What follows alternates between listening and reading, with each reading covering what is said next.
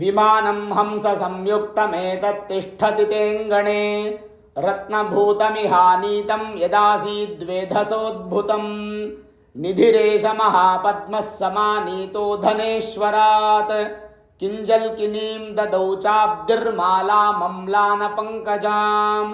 ಶ್ರೀ ಗುರುಭ್ಯೋ ನಮಃ. ಹರಿ ಓಂ. ಆತ್ಮೀಯ ಪ್ರಿಯ ಪ್ರೇಕ್ಷಕ ಮಿತ್ರರೇ, ನಿಮ್ಮೆಲ್ಲರ ಜೀವನ ಸುಖಕರ ಸಮೃದ್ಧಿಕರವಾಗಿರಲಿ ಅಂತ ನನ್ನ ಆರಾಧ್ಯ ದೇವಿ ಹೊರನಾಡು ಅನ್ನಪೂರ್ಣೇಶ್ವರಿಯ ಪಾದಗಳಿಗೆ ನಮಸ್ಕರಿಸ್ತಾ, ಪ್ರಿಯ ಪ್ರೇಕ್ಷಕ ಮಿತ್ರರೇ, ತುಲಾರಾಶಿ ಜುಲೈ ತಿಂಗಳ ಮಾಸ ಭವಿಷ್ಯ ಹೇಗಿದೆ ಅನ್ನುವಂಥದ್ದನ್ನು ಈ ವಿಡಿಯೋ ನಾವು ನೋಡೋಣ. ಪ್ರಮುಖವಾದ ದೊಡ್ಡ ದೊಡ್ಡ ಬದಲಾವಣೆಗಳೆಲ್ಲ ಮುಗಿದು ಹೋಯಿತು. ಹಿಂದಿನ ತಿಂಗಳು ಸಣ್ಣ ಪ್ರಮಾಣದ ಬದಲಾವಣೆಗಳು ಕೂಡ ಮುಗಿದು, ಅದರ ಮುಂದುವರೆದ ಭಾಗವಾಗಿ ಜುಲೈ ತಿಂಗಳಲ್ಲಿ ತುಲಾರಾಶಿಯವರಿಗೆ ಹೇಗಿರುತ್ತೆ ಅನ್ನುವಂಥದ್ದನ್ನು ತಿಳ್ಕೊಳ್ಳೋಣ.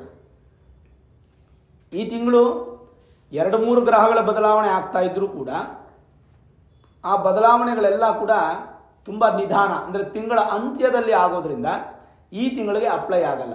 ಕೇವಲ ಸೂರ್ಯ ಮಾತ್ರ 16ನೇ ತಾರೀಕು, ಸೂರ್ಯ 16ನೇ ತಾರೀಕು ವಿಶೇಷವಾಗಿ ನಿಮ್ಮ ರಾಶಿಗೆ 10ನೇ ಮನೆಗೆ ಬರ್ತಾರೆ ಸೂರ್ಯ. ಇದು ಬಹಳ ಮುಖ್ಯ. ಯಾಕೆ ಅಂತಂದರೆ, ನಿಮಗೆ ಲಾಭಸ್ಥಾನ ಯಾವುದು ಅಂತಂದರೆ 11ನೇ ಮನೆ. ಲಾಭಸ್ಥಾನಕ್ಕೆ ಅಧಿಪತಿ ಯಾರು ಅಂತಂದರೆ ಸೂರ್ಯ. ಆ ಸೂರ್ಯ ದಶಮ ಸ್ಥಾನಕ್ಕೆ ಬರ್ತಾ ಇದ್ದಾರೆ. ತಿಳ್ಕೊಳ್ಳಿ, ತುಲಾರಾಶಿಯವರಿಗೆ ಕರ್ಮಸ್ಥಾನಕ್ಕೆ ಲಾಭಸ್ಥಾನಾಧಿಪತಿ ಬರ್ತಾ ಇದ್ದಾರೆ. ಅದರ ಅರ್ಥ ಕರ್ಮ ವೃದ್ಧಿ ಆಗುತ್ತೆ. ಒಂದು ಕಡೆ ತಂದೆಗಿಂತ ಸ್ಟ್ರಾಂಗ್ ಆದಂಥ ಪವರ್ಫುಲ್ ಆದಂಥ ಬಲ ನಿಮಗೆ ಬರುತ್ತೆ ತಂದೆಯಿಂದ ಅಥವಾ ಪಿತೃಗಳಿಂದ. ಜೊತೆಗೆ ಪಿತೃಗಳ ಸಂಬಂಧಪಟ್ಟಂಥ ಆಸ್ತಿ ವಿಚಾರಗಳಲ್ಲೂ ಕೂಡ ತುಲಾರಾಶಿಯವರಿಗೆ ಈ ತಿಂಗಳು ಬಹಳಷ್ಟು ಅಭಿವೃದ್ಧಿ, ಉತ್ತಮ ಅಥವಾ ಉನ್ನತ ಸ್ಥಾನ, ಸಕ್ಸಸ್. ಇದರ ಜೊತೆಗೆ ಕರ್ಮಸ್ಥಾನಕ್ಕೆ ಬಂದಿರೋದ್ರಿಂದ ಸೂರ್ಯನಿಂದ ಬಲಿಷ್ಠವಾದ ಉದ್ಯೋಗದ ಬಲ ಅನ್ನುವಂಥದ್ದು ಈ ತಿಂಗಳು ನಿಮಗೆ ಸಿಗ್ತಾ ಇದೆ. ಇರುವಂಥ ಉದ್ಯೋಗ ಸ್ಥಿರ ಆಗುತ್ತೆ ಅಥವಾ ಅದರಲ್ಲೇ ವೃದ್ಧಿಯನ್ನು ಕಂಡು ಪ್ರಮೋಷನ್, ಇನ್ಕ್ರಿಮೆಂಟ್ ಅಥವಾ ಹೊಸ ಉದ್ಯೋಗದ ಪ್ರಯತ್ನದಲ್ಲಿ ಸಫಲತೆ, ಸಕ್ಸಸ್ ಅನ್ನುವಂಥದ್ದು ನಿಮಗೆ ಕಾಣಲಿಕ್ಕಿದೆ. ಇದಲ್ಲದೆ ಸೂರ್ಯ ಒಂದು ಲಾಭಸ್ಥಾನಾಧಿಪತಿ ಕರ್ಮಸ್ಥಾನದಲ್ಲಿದ್ದಾರೆ ಅಂತಂದರೆ ಸೂರ್ಯನ ಪೋರ್ಟ್ಫೋಲಿಯೋ ಪೂರ್ತಿ ಗೌರ್ಮೆಂಟೇ, ಸರ್ಕಾರ. ಹಾಗಾಗಿ ರಾಜಕೀಯ ವ್ಯಕ್ತಿಗಳಿಗೆ, ತುಲಾರಾಶಿಯವರಿಗೆ ತುಂಬ ಚೆನ್ನಾಗಿರುತ್ತೆ ಈ ತಿಂಗಳು. ಅದಲ್ಲದೆ ವಿಶೇಷವಾದಂಥ ಬಲ ಏನಪ್ಪ ಅಂದರೆ, ಯಾರಾದರೂ ಸಿವಿಲ್ ಸರ್ವೀಸು ಅಥವಾ ಗೌರ್ಮೆಂಟ್ ಉದ್ಯೋಗಕ್ಕೆ ಸಂಬಂಧಪಟ್ಟಂಥ ವಿದ್ಯಾಭ್ಯಾಸ ಮಾಡ್ತಾ ಇರ್ತಕ್ಕಂಥವ್ರಿಗೆ ಯಶಸ್ಸು ಜಾಸ್ತಿ ಈ ತಿಂಗಳು. ಗೌರ್ಮೆಂಟಲ್ಲಿ ಕೆಲಸ ಮಾಡ್ತಾ ಇರ್ತಕ್ಕಂಥ ಸರ್ಕಾರಿ ಉದ್ಯೋಗಗಳಿಗೆ ಟೆಂಪ್ರವರಿ ಆಗ್ಬೋದು, ಪರ್ಮನೆಂಟ್ ಆಗ್ಬೋದು, ನಿಮಗೆ ಅಭಿವೃದ್ಧಿ ಅನ್ನುವಂಥದ್ದು ಹೆಚ್ಚು ಪ್ರಮಾಣ ಕಾಣ್ತಾ ಇದೆ. ವಿಶೇಷವಾದಂಥ ಅಭಿವೃದ್ಧಿ ಉದ್ಯೋಗದಲ್ಲಿ ನಿಮ್ಗೆ ಸಿಗುತ್ತೆ. ಇನ್ನು ಬದಲಾವಣೆಗಳು ಏನು ಅಂತಂದರೆ, ಆಷಾಢ ಮಾಸ ಜುಲೈ ತಿಂಗಳಲ್ಲಿ ಪೂರ್ತಿಯಾಗಿ ಇರುತ್ತೆ. 24ನೇ ತಾರೀಕುವರೆಗೂ ಇರುತ್ತೆ. ಅಂದರೆ ಆಷಾಢ ಮಾಸ ಜೂನ್ ತಿಂಗಳಲ್ಲೇ ಶುರುವಾಗ್ಬಿಡುತ್ತೆ. ಜೂನ್ ತಿಂಗಳಲ್ಲೇ ಶುರುವಾದರೂ ಕೂಡ ನಿಮಗೆ ಆಷಾಢದಲ್ಲಿ 4 ಶುಕ್ರವಾರ ಬರುತ್ತೆ. ಮೊದಲನೇ ಶುಕ್ರವಾರ ಬಂದು ಜೂನ್ 27ನೇ ತಾರೀಕು ಬರುತ್ತೆ. ಅದು ಒಂದೇ ಒಂದು ಜೂನಲ್ಲಿ ಬರೋದು. 2ನೇ ಶುಕ್ರವಾರ ಬಂದು ಜುಲೈ 4ನೇ ತಾರೀಕು ಬರುತ್ತೆ, ಆಷಾಢ ಶುಕ್ರವಾರ. 3ನೇದು ಜುಲೈ 11ನೇ ತಾರೀಕು ಬರುತ್ತೆ. 4ನೇದು ಜುಲೈ 18ನೇ ತಾರೀಕು ಬರುತ್ತೆ. ಈ 4 ಆಷಾಢ ಶುಕ್ರವಾರಗಳು. ಈ ಆಷಾಢ ಶುಕ್ರವಾರದಲ್ಲಿ ಲಕ್ಷ್ಮಿಗೆ ಬಹಳ ಪ್ರಿಯವಾಗಿರ್ತಕ್ಕಂಥ ದಿನ. ಬೆಳಗ್ಗೆ ಅಥವಾ ಸಂಜೆ, ಬೆಳಗ್ಗೆ ಬ್ರಾಹ್ಮಿ ಮುಹೂರ್ತ ಅಥವಾ ಸೂರ್ಯೋದಯ ಸಮಯ ಅಥವಾ ಸಂಜೆ ಗೋಧೂಳಿ ಲಗ್ನ ಸಮಯದಲ್ಲಿ ಲಕ್ಷ್ಮಿಯನ್ನು ಆರಾಧನೆ ಮಾಡುವಂಥದ್ದು ನಮ್ಮಲ್ಲಿರುವಂಥ ಪದ್ಧತಿ. ನಿಮ್ಮ ಕ್ರಮ, ಬೆಳಗ್ಗೆ ಮಾಡ್ತಿರೋ, ಸಂಜೆ ಮಾಡ್ತಿರೋ, ಕಾಲದಿಂದ ಹೇಗೆ ಮಾಡ್ಕೊಂಡ್ಬಂದಿದ್ರೋ ಆ ಥರ ಮಾಡಿ, ಭಕ್ತಿಯಿಂದ ಶ್ರದ್ಧೆಯಿಂದ ಮಾಡಿ. ಆಷಾಢದಲ್ಲಿ ಮಾಡುವಂತಹ ಲಕ್ಷ್ಮೀ ಪೂಜೆ ಬಹಳ ವಿಶೇಷ ಫಲ. ಇದು ಮಾಸದ ವಿಶೇಷತೆ. ಇನ್ನು ತುಲಾರಾಶಿಯವರಿಗೆ ಗುರು ಸಂಪೂರ್ಣವಾದ ಬಲ ಇದೆ. ನಿಮಗೆ ಆ್ಯಕ್ಚುಲಾಗಿ ಏನಪ್ಪ ಅಂದರೆ, ಗುರು ಧೈರ್ಯ ಸ್ಥಾನಕ್ಕೆ ಅಧಿಪತಿ, ಹಾಗೆ ಋಣ ರೋಗ ಶತ್ರು ಸ್ಥಾನಕ್ಕೂ ಅಧಿಪತಿ. ಸಾಲ ಬಾಧೆಗಳು ನಿಮಗೆ ತುಂಬ ಕಡಿಮೆ ಆಗಿಬಿಡುತ್ತೆ. ಇನ್ನು ಮುಂದಕ್ಕೆ ಸಾಲ ತುಂಬ ಕಡಿಮೆ ಆಗಿಬಿಡುತ್ತೆ. ನಿಮಗೆ ರೋಗಗಳು ಉತ್ಪತ್ತಿ ಆಗಲ್ಲ, ಶತ್ರುಗಳು ಉತ್ಪತ್ತಿ ಆಗಲ್ಲ. ಇರೋ ಶತ್ರುಗಳೆಲ್ಲ ಕಡಿಮೆ ಆಗ್ತಾರೆ. ಹಣ ಸಂಪಾದನೆಗೆ ಮಾರ್ಗಗಳು ಸಿಗುತ್ತೆ. 2-3 ಆದಾಯದ ಮೂಲಗಳು ನಿಮಗೆ ಸಿಗುತ್ತೆ.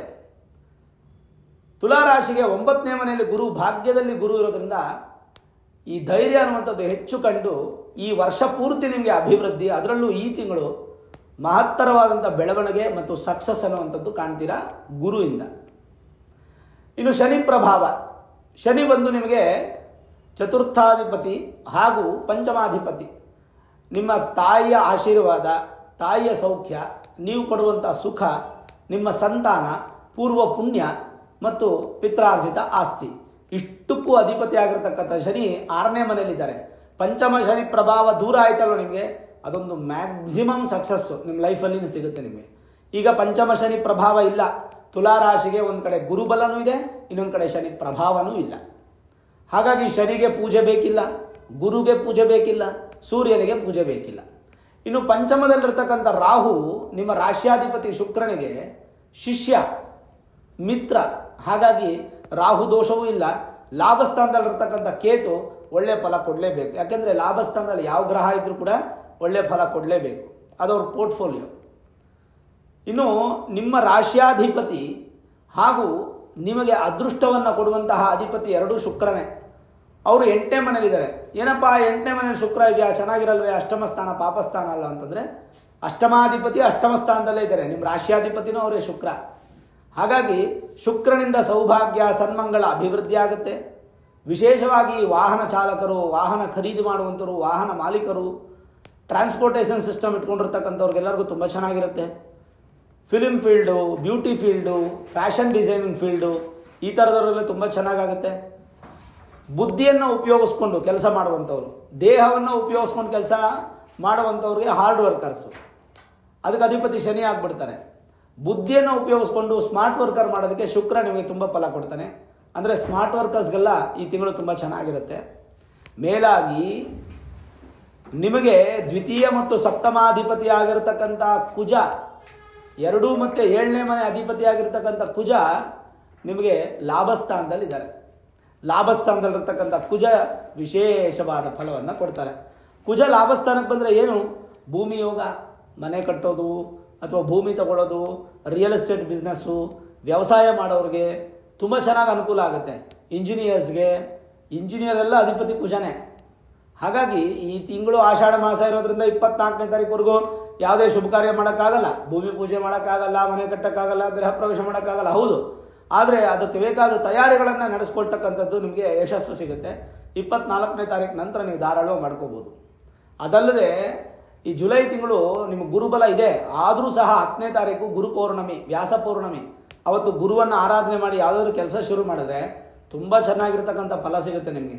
ಅದೊಂದು ವಿಶೇಷತೆ ನಿಮಗೆ. ಜೊತೆಗೆ 24ನೇ ತಾರೀಕು ಮುಗಿದೋಗುತ್ತೆ, ಏನು ಆಷಾಢ ಮಾಸ, ಅವತ್ತೇ ಅಮಾವಾಸ್ಯೆ, ಅವತ್ತೇ ಜ್ಯೋತಿರ್ಭೀಮೇಶ್ವರ ವ್ರತ. ಜುಲೈ 24ನೇ ತಾರೀಕು ಜ್ಯೋತಿರ್ಭೀಮೇಶ್ವರ ವ್ರತ. ಹೆಣ್ಣು ಮಕ್ಕಳು ಮದುವೆ ಆಗದೇ ಇರತಕ್ಕಂಥವ್ರು ಒಳ್ಳೆ ಭೀಮನಂತ ಗಂಡ ಸಿಗಲಿ ಅಂತ ಜ್ಯೋತಿರ್ಭೀಮೇಶ್ವರ ವ್ರತ ಮಾಡೋದು.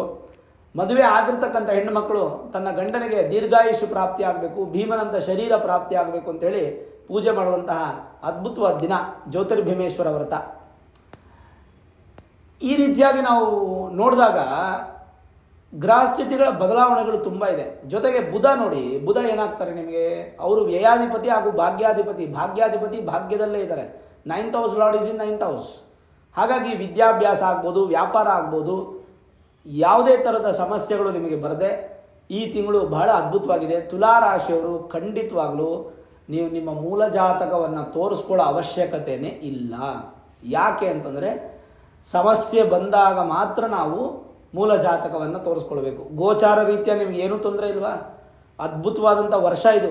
ಅದರಲ್ಲಿ ಈ ತಿಂಗಳು ತುಂಬ ಚೆನ್ನಾಗಿದೆ. ಭಾಗ್ಯಸ್ಥಾನದಲ್ಲಿ ಬುಧ ಇರ್ತಕ್ಕಂಥದ್ದು, ಭಾಗ್ಯಸ್ಥಾನದಲ್ಲಿ ಸೂರ್ಯನೂ 16ನೇ ತಾರೀಕುವರೆಗೂ ಇರ್ತಾರೆ. ಅದಾದಮೇಲೆ ಅವರು ಕರ್ಮಕ್ಕೆ ಬರುವಂಥದ್ದು. ಓವರಾಲ್ ನೋಡಿದಾಗ 9 ಗ್ರಹಗಳು ಕೂಡ ತುಲಾರಾಶಿಯವರಿಗೆ ತುಂಬ ಫೇವರ್ ಆಗಿ ತುಂಬ ಪಾಸಿಟಿವ್ ಮಾಡ್ತಾ ಇದೆ. ಗುರುಗಳೇ, ನೀವು ಹೇಳ್ತಾ ಇದ್ದೀರಾ ನಮ್ಗೆ ತುಂಬ ಒಳ್ಳೆಯದು ಅಂತಿದ್ದೀರಾ, ಬಟ್ ನನಗೇನೂ ಆಗ್ತಾ ಇಲ್ಲ, ನನ್ನ ಸಮಸ್ಯೆ ಆಗ್ತಾ ಇದೆ, ನನಗೆ ಪ್ರಾಬ್ಲಮ್ಸ್ ಆಗ್ತಾ ಇದೆ ಅಂತಂದರೆ ಆವಾಗ ನಿಮ್ಮ ಮೂಲ ಜಾತಕವನ್ನು ತೋರಿಸ್ಕೊಳ್ಳಿ. ಏನಾದರೂ ಸಮಸ್ಯೆಗಳು ಇರಬಹುದು ಅಥವಾ ಬರಬಹುದು. ಆವಾಗ ನಿಮ್ಮ ಮೂಲ ಜಾತಕವನ್ನು ತೋರಿಸ್ಕೊಂಡು ನುರಿತ ಜ್ಯೋತಿಷ್ಯರನ್ನು ಭೇಟಿ ಮಾಡಿ ವೇದಿಕ್ ಅಸ್ಟ್ರಾಲಜಿ, ಹೈಯರ್ ಅಸ್ಟ್ರಾಲಜಿ ಪ್ರಿಡಿಕ್ಷನ್ಸನ್ನು ಮಾಡಿಸ್ಕೊಂಡು ಏನಾದರೂ ಸರಳ ಪರಿಹಾರಗಳಿದ್ದರೆ ಮಾಡ್ಕೋಬೋದು. ನೋಡಿ, ಲಾಭಸ್ಥಾನದಲ್ಲಿ ಕುಜ ಇದ್ದರೆ ಎಷ್ಟು ಫಲ ಗೊತ್ತಾ, ಏನು ಹೇಳುತ್ತೆ, ಲಾಭೇಶೆ ಯತ್ಪಾದನಾಯುಕ್ತೆ ಯದ್ಭಾವಗೇಪಿವ ಭಾವಂ ತನರೂಪಶ್ಚ ವಸ್ತುನೋ ಲಾಭಗೈರಪಿ. ಲಾಭದಲ್ಲಿ ವಸ್ತುಗಳಿರಲಿ, ವಿದ್ಯೆ ಇರಲಿ, ಬುದ್ಧಿ ಇರಲಿ, ನಿಮಗೆ ಭೂಮಿ ಇರಲಿ, ವ್ಯಾಪಾರ ಇರಲಿ, ಏನೇ ಇರಲಿ, ನಿಮ್ಮ ಕೈಂಕರ್ಯ, ನಿಮ್ಮ ಕಾಯಕ ಏನೇ ಇರಲಿ, ಅದು ನಿಮಗೆ ಲಾಭವಾಗಲೇಬೇಕು ಅನ್ನುವಂಥದ್ದು ಹೇಳುತ್ತೆ. ಹಾಗಾಗಿ ಲಾಭಸ್ಥಾನದಲ್ಲಿರ್ತಕ್ಕಂಥ ಕುಜ ನಿಮಗೆ ವಿಶೇಷವಾದಂಥ ಫಲ ಕೊಡ್ತಾನೆ, ಕೊಡಲೇಬೇಕು. ಜನರಲೈಸ್ ಆಗಿ ನಾವು ನೋಡೋದಾದರೆ ಏನು ವಿಶೇಷ ಫಲ? ರೈತರಿಗೆ ಕೃಷಿ ಕ್ಷೇತ್ರದಲ್ಲಿ ಉತ್ತಮ ಫಲ, ಅಧಿಕ ಧನಲಾಭ, ಕುಟುಂಬದಲ್ಲಿ ಸಂತಸದ ವಾತಾವರಣ, ಮೃಷ್ಟಾನ್ನ ಭೋಜನ, ವಿದ್ಯಾರ್ಥಿಗಳಿಗೆ ಅತ್ಯಂತ ಶುಭ ಮಾಸ, ಆಸ್ತಿ ವಿಚಾರವಾಗಿ ಕೋರ್ಟ್ ಕಚೇರಿಗಳಲ್ಲಿ ಜಯಪ್ರಾಪ್ತಿ, ಆಸ್ತಿಯನ್ನು ಖರೀದಿ ಮಾಡುವಂಥ ಯೋಚನೆ, ಅದಕ್ಕೆ ಶುಭದಾಯಕ ಸಕ್ಸಸ್ಸು, ನೂತನ ವಾಹನ ಖರೀದಿ ಮಾಡುವಂಥ ಮನಸ್ಸು, ಜಯಪ್ರಾಪ್ತಿ, ಪಾರ್ಟ್ನರ್ಶಿಪ್ ಬಿಸ್ನೆಸ್ ಪಾಲುದಾರಿಕೆಯಲ್ಲೂ ಕೂಡ ಶುಭ ಫಲ. ವಿವಾಹದ ವಿಚಾರವಾಗಿ ಮಾತುಕತೆಗಳು ಅದು ನಿಮಗೆ ಪಾಸಿಟಿವ್ ಆಗುತ್ತೆ. ಸಮಾಜದಲ್ಲಿ ಉತ್ತಮ ಸ್ಥಾನಮಾನ ಗೌರವ ಹೆಚ್ಚಾಗಲಿದೆ. ಅನಿರೀಕ್ಷಿತ ಧನಲಾಭದಿಂದ ಅದೃಷ್ಟದ ಮಾಸವಾಗಿ ಪರಿವರ್ತನೆ ಆಗುತ್ತೆ. ಷೇರು ವ್ಯವಹಾರ ಮಾಡ್ತಾ ಇರ್ತಕ್ಕಂಥವ್ರಿಗೆ ಉತ್ತಮ ಫಲ, ದೊಡ್ಡ ದೊಡ್ಡ ಅಧಿಕಾರಿಗಳಿಗೂ ಕೂಡ ಜಯಪ್ರಾಪ್ತಿ, ಸೌಖ್ಯ, ಅಭಿವೃದ್ಧಿ. ಇನ್ನು ಸೋಂಬೇರಿತನ ದೂರ ಆಗಿ ದೇಹಾಲಸ್ಯ ದೂರವಾಗಿ ದಿನದ ಅಂತ್ಯದವರೆಗೂ ಕೂಡ ಹೆಚ್ಚಿನ ಲವಲವಿಕೆಯಿಂದ ನೀವು ಕೆಲಸ ಮಾಡುವಂಥ ಯೋಗ ನಿಮಗೆ ಪ್ರಾಪ್ತಿಯಾಗುತ್ತೆ. ಕೆಲಸ ಕಾರ್ಯಗಳಲ್ಲಿ ಉತ್ತಮವಾದ ಬೆಳವಣಿಗೆ, ವಿದೇಶಿ ಪ್ರಯಾಣದ ಅನುಕೂಲ ಹೆಚ್ಚಾಗಿದೆ. ಸಣ್ಣ ಸಣ್ಣ ವ್ಯಾಪಾರಿಗಳಿಗೂ ಸಹ ನೋಡಿ, ಫುಟ್ಪಾತಲ್ಲಿ ವ್ಯಾಪಾರ ಮಾಡೋದನ್ನ ಹಿಡಿದು AC ಶೋರೂಮ್ಗಳವರೆಗೂ ವ್ಯಾಪಾರ ಮಾಡುವಂಥ ಅಷ್ಟೂ ಜನಕ್ಕೂ ತುಂಬ ಅನುಕೂಲ ಆಗುತ್ತೆ. ಅದರಲ್ಲೂ ಸಣ್ಣ ಸಣ್ಣ ವ್ಯಾಪಾರಿಗಳು, ಈ ಸ್ಟೇಷನರಿ ಇಟ್ಕೊಂಡಿರ್ತಕ್ಕಂಥವ್ರಿಗೆ, ಆಮೇಲೆ ಹೂವು ಹಣ್ಣು ತರಕಾರಿ ಮಾರುವಂಥವ್ರಿಗೆ, ಜೊತೆಗೆ ಸಣ್ಣ ಸಣ್ಣ ಹೋಟೆಲ್ಸ್ ಇಟ್ಕೊಂಡಿರ್ತಕ್ಕಂಥವ್ರಿಂದ ಹಿಡಿದು ದೊಡ್ಡ ಪ್ರಮಾಣದವರೆಗೂ ಎಲ್ಲ ತುಲಾ ರಾಶಿಯವರೆಗೂ ಈ ತಿಂಗಳು ತುಂಬ ಚೆನ್ನಾಗಿರುತ್ತೆ. ಬಹುಪಾಲು ಲಾಭ ಪ್ರಾಪ್ತಿ ಅಂತ ಹೇಳ್ಬೋದು. ಮತ್ತು ಆರೋಗ್ಯದಲ್ಲಿ ವೃದ್ಧಿಯಾಗಿ ಹಿರಿಯರ ಆಶೀರ್ವಾದದಿಂದ ನಿಮಗೆ ಮನಸ್ಸು ನೆಮ್ಮದಿ ಸಿಗುತ್ತೆ. ನಂಬಿಕಸ್ಥರು ನಿಮಗೆ ತುಂಬ ಸಪೋರ್ಟ್ ಮಾಡ್ತಾರೆ. ಕೈಗಾರಿಕೋದ್ಯಮಿಗಳಿಗೆ ತುಂಬ ಚೆನ್ನಾಗಿರುತ್ತೆ. ಉದ್ಯಮಿಗಳಿಗೆ ಸಣ್ಣ ಪ್ರಮಾಣ ಆಗ್ಬೋದು, ಮಧ್ಯಮ ಪ್ರಮಾಣ ಆಗ್ಬೋದು, ದೊಡ್ಡ ಪ್ರಮಾಣದ ಕಾರ್ಮಿಕ ವರ್ಗದವ್ರಿಗೆ, ಯಾಜಮಾನ ವರ್ಗದವ್ರಿಗೆ, ಉದ್ಯಮ ವರ್ಗದವ್ರಿಗೆ ತುಂಬ ಒಳ್ಳೆಯ ಫಲ ಸಿಗುತ್ತೆ. ನೂತನ ವ್ಯಾಪಾರ ಮಾಡಬೇಕಂದ್ರೂ ಕೂಡ ಪ್ಲ್ಯಾನ್ ಮಾಡ್ಕೊಳ್ಳಿ. 24ನೇ ತಾರೀಕು ಜುಲೈ ತಿಂಗಳ ನಂತರ ಶ್ರಾವಣ ಮಾಸ ಶುರುವಾಗುತ್ತೆ. ಅದಾದಮೇಲೆ ನೂತನ ವ್ಯಾಪಾರ ಕೂಡ ನೀವು ಮಾಡ್ಬೋದು. ಮನಸ್ಸಿಗೆ ನೆಮ್ಮದಿ ಸಿಗುತ್ತೆ. ವ್ಯಾಪಾರದಲ್ಲಿ ಅಭಿವೃದ್ಧಿಯಾಗಿ ಸಂತಸದ ಒಂದು ವಾತಾವರಣ ಅನ್ನುವಂಥದ್ದು ನಿಮಗೆ ಸೃಷ್ಟಿಯಾಗುತ್ತೆ. ಇನ್ನು ಇದೇ ತಿಂಗಳು ಜುಲೈ ತಿಂಗಳಲ್ಲಿ 24ನೇ ತಾರೀಕು ನಿಮ್ಗೆ ಅಮಾವಾಸ್ಯೆ ಮುಗಿದ ಮೇಲೆ ಶ್ರಾವಣ ಮಾಸ ಶುರುವಾಗ್ಬಿಡುತ್ತೆ. ಶ್ರಾವಣ ಮಾಸ ಶುರುವಾಗಿ 4ನೇ ದಿನ ಅಂದರೆ 28ನೇ ತಾರೀಕು ನಾಗ ಚತುರ್ಥಿ, 29ನೇ ತಾರೀಕು ನಾಗಪಂಚಮಿ. ಅಂದರೆ ಹಬ್ಬಗಳ ಸರಮಾಲೆ ಅನ್ನುವಂಥದ್ದು ನಾವು ಶ್ರಾವಣ ಮಾಸದಲ್ಲಿ ಕಾಣ್ತೀವಿ. ಹಾಗಾಗಿ ಜುಲೈ ತಿಂಗಳು 29ನೇ ತಾರೀಕು ನಾಗಪಂಚಮಿ ಇರೋದ್ರಿಂದ ಅವತ್ತು ಯಾರ್ಯಾರಿಗೆ ಈ ನರು ರಿಲೇಟೆಡ್ ಇಶ್ಯೂಸ್ ಇದೆ, ಆರ್ಥ್ರೈಟಿಸ್ ಇದೆ, ಸ್ಕಿನ್ ರಿಲೇಟೆಡ್ ಇಶ್ಯೂಸು, ಸಂತಾನ ಆಗ್ತಾ ಇಲ್ಲ, ಈ ಥರದ ಇರ್ತಕ್ಕಂಥವ್ರಿಗೆ ಸರ್ಪದೋಷ, ಅಪ್ಪ ಅಮ್ಮನೋ ತಾತ ಅಜ್ಜಿನೋ ಯಾರಾದರೂ ಹಾವನ್ನು ಹೊಡೆದಾಕ್ಬಿಟ್ಟಿದ್ರೆ, ಸರ್ಪಹತ್ಯ, ಸರ್ಪಹನನ, ತಾಡನ ಈ ಥರದ್ದನ್ನ ಮಾಡಿದರೆ ಆ ದೋಷಗಳೆಲ್ಲ ಪರಿಹಾರಕ್ಕೆ ಈ ಒಂದು ನಾಗ ಪಂಚಮಿ ದಿನ ಹುತ್ತಕ್ಕೆ ದರ್ಶನ ಮಾಡಿ, ಒಂದು ಪ್ರದಕ್ಷಿಣೆಯನ್ನು ಮಾಡಿ, ಸ್ಕಂದಾರಾಧನೆ ಅಂದರೆ ಸುಬ್ರಹ್ಮಣ್ಯನ ದೇವಸ್ಥಾನಕ್ಕೆ ಹೋಗಿ ಬರೋದು, ಸರ್ಪದ ಹೆಸರಲ್ಲಿ ಪೂಜೆಯನ್ನು ಮಾಡುವಂಥದ್ದು ಭಾಳ ವಿಶೇಷವಾದ ಫಲ ಅನ್ನುವಂಥದ್ದು ನಾಗಪಂಚಮಿ ದಿನ ನಿಮಗೆ ಸಿಕ್ಕೇ ಸಿಗುತ್ತೆ. ಓವರಾಲ್ ನೋಡಿದಾಗ ಆಮೇಲೆ ಇನ್ನೊಂದು ವಿಶೇಷ ಏನು ಗೊತ್ತಾ, ಜುಲೈ ತಿಂಗಳಲ್ಲಿ 16ನೇ ತಾರೀಕು ಸೂರ್ಯ ಕರ್ಕ ರಾಶಿಗೆ ಪ್ರವೇಶ ಆದಮೇಲೆ ದಕ್ಷಿಣಾಯನ ಪುಣ್ಯಕಾಲ ಶುರುವಾಗುತ್ತೆ. ಇದನ್ನು ಪರ್ವಕಾಲ ಅಥವಾ ಪರ್ವ ಸಮಯ ಅಂತ ಹೇಳ್ತೀವಿ. ಆ ಸಂದರ್ಭದಲ್ಲಿ ಹೋಮ, ಯಜ್ಞ, ಯಾಗ, ದಾನ, ತರ್ಪಣ, ದರ್ಶನ, ನದಿ ಸ್ನಾನ ಇತ್ಯಾದಿಗಳು, ಪುಣ್ಯಕ್ಷೇತ್ರ ದರ್ಶನ ಇದೆಲ್ಲ ಮಾಡೋದ್ರಿಂದ, ಎಲ್ಲವೂ ಮಾಡಿ ಅಂತಲ್ಲ, ಇದರಲ್ಲಿ ಏನಾದರೂ ಅವಕಾಶ ಸಿಕ್ಕಿದ್ರೆ ಮಾಡೋದ್ರಿಂದ ಇನ್ನೂ ಕೂಡ ಯಥೇಚ್ಛವಾದ ಫಲ ಅನ್ನುವಂಥದ್ದು ನಿಮಗೆ ಅಭಿವೃದ್ಧಿ ಆಗುತ್ತೆ. ಒಂದು ಸ್ವಲ್ಪ ಮಟ್ಟಿಗೆ ಸಂತೋಷ, ಸ್ಥಿರತೆ, ಸಮೃದ್ಧಿ ಇದೆಲ್ಲ ನಿಮಗೆ ಪ್ರಾಪ್ತಿಯಾಗಿ ಭಗವಂತನ ಆಶೀರ್ವಾದ ತೃಪ್ತಿಯಾಗಿ ಸಿಕ್ಕಿ ಜೀವನ ಅನ್ನೋದು ಚೆನ್ನಾಗಿರುತ್ತೆ. ಓವರಾಲ್ ತುಲಾ ರಾಶಿಯವರಿಗೆ ಯಾವುದೇ ಥರದ ಸಮಸ್ಯೆ ಇಲ್ಲದೆ ಸಂತೋಷವಾದಂಥ ಜೀವನ ಅನ್ನುವಂಥದ್ದು ನಿಮಗೆ ಪ್ರಾಪ್ತಿಯಾಗುತ್ತೆ. ನೋಡಿದ್ರಲ್ಲ ವೀಕ್ಷಕರೇ, ತುಲಾ ರಾಶಿಯವರ ಜುಲೈ ತಿಂಗಳ ಮಾಸ ಭವಿಷ್ಯ. ಈ ವಿಡಿಯೋ ಇಷ್ಟ ಆಗಿದ್ದರೆ ಲೈಕ್ ಮಾಡಿ, ಶೇರ್ ಮಾಡಿ, ಮುಖ್ಯವಾಗಿ ನಮ್ಮ ಚಾನಲ್ಗೆ ಸಬ್ಸ್ಕ್ರೈಬ್ ಮಾಡಿ, ಬೆಲ್ ಐಕಾನನ್ನು ಪ್ರೆಸ್ ಮಾಡಿ. ಪ್ರತಿನಿತ್ಯ ನಾನು ಪೂಜೆ ಮಾಡುವಂತಹ ನನ್ನ ಆರಾಧ್ಯ ದೇವಿ ಹೊರನಾಡು ಅನ್ನಪೂರ್ಣೇಶ್ವರಿಯ ಆಶೀರ್ವಾದ, ಅನುಗ್ರಹ ಸದಾಕಾಲ ಮತ್ತೊಮ್ಮೆ ನಿಮ್ಗೆ ಸಿಗಲಿ ಅಂತ ಪ್ರಾರ್ಥನೆ ಮಾಡ್ತಾ, ಸರ್ವೇ ಜನಾಃ ಸುಖಿನೋ ಭವಂತು, ಸಮಸ್ತ ಸನ್ಮಂಗಳ ನಿಭವಂತು.